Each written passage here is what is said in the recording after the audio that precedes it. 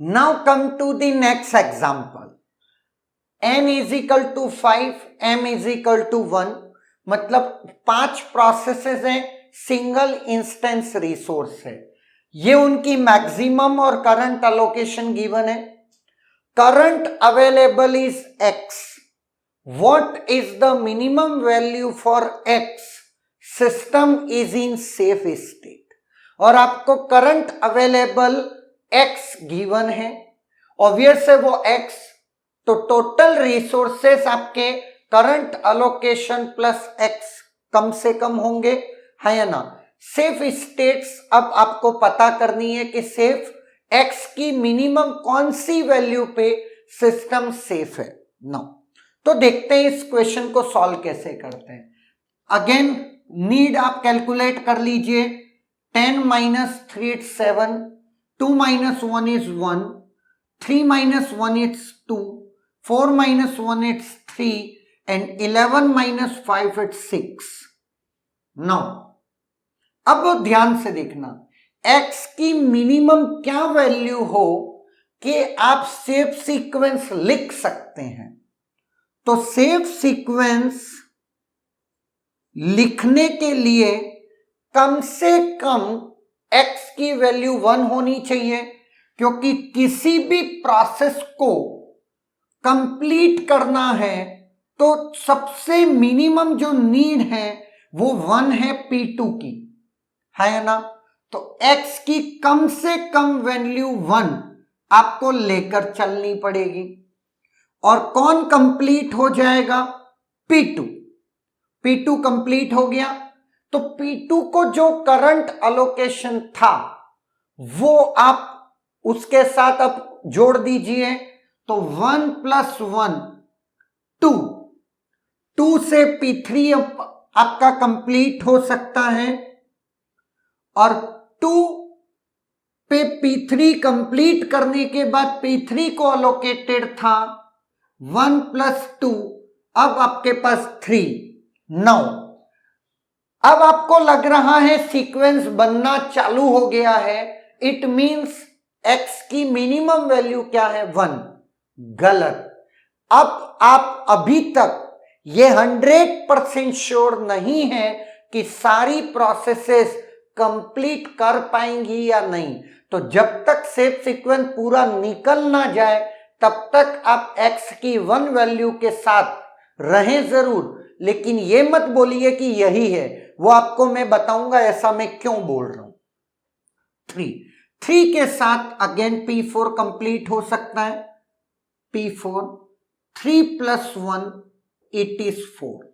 Now tricky part of this question, 2 process remaining है P1 और P5 जिनकी need है 7 और 6 रिस्पेक्टिवली। मेरे पास करंट मैक्सिमम जो है वो है 4, लेकिन अब मैं क्या करूं? सेफ सीक्वेंस तभी बोला जाएगा जब पांचों प्रोसेसेस उस सीक्वेंस में होंगी। बात समझ में आई? मतलब current allocation of P2, P3, P4 तो बढ़ नहीं सकता ना। कैसे बढ़ेगा? जो उनका था वही मिलेगा। इसका मतलब है you have to increase the value of x by what? 4 है, 7 और 6, छोटा कौन? 6। दोनों में कितना डिफरेंस है? 2। तो 1 प्लस 2, अब x की मिनिमम वैल्यू बोलिएगा तो यहां पर 2 प्लस 2 और ये प्लस 2, अब आपके पास करंट अवेलेबल हो गया वो 6 हो चुका है या ना? कोई डाउट नहीं। P5 अब कंप्लीट हो सकता है, 6 प्लस 5 उसका करंट अवेलेबल था, है या ना? करंट अलोकेशन था। Now available resources are 11। P1 की रिक्वायरमेंट कितनी है? 7। तो अब P1 कंप्लीट हो सकता है या ना?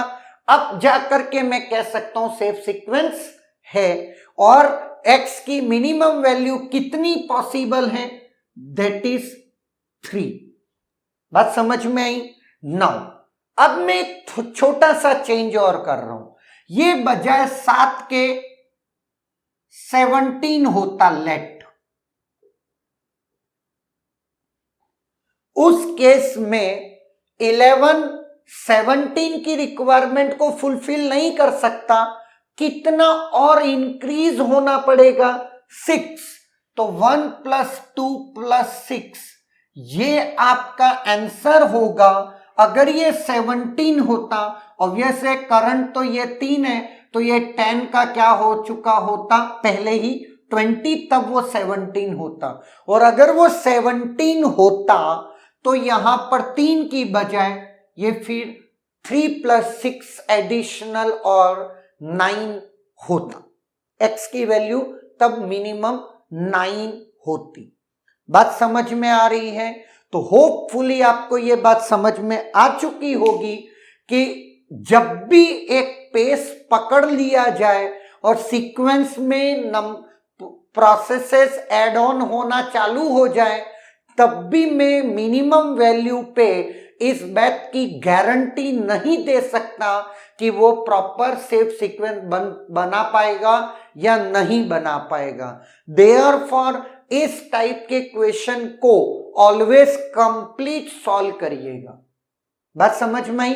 दैट इज द सजेशन, क्योंकि अगर आप अधूरा करेंगे तो आप गलत होंगे। और जिस वे में मैंने अप्रोच किया है वो तरीका आप ध्यान रखना, जिससे क्वेश्चन इजीली 100% एक्यूरेसी के साथ सॉल्व हो जाएगा। And this is the safe state. और जो ओरिजिनल क्वेश्चन था उसके हिसाब से x का आंसर है 3 मिनिमम, और अपडेटेड जो क्वेश्चन है उसके हिसाब से है 9।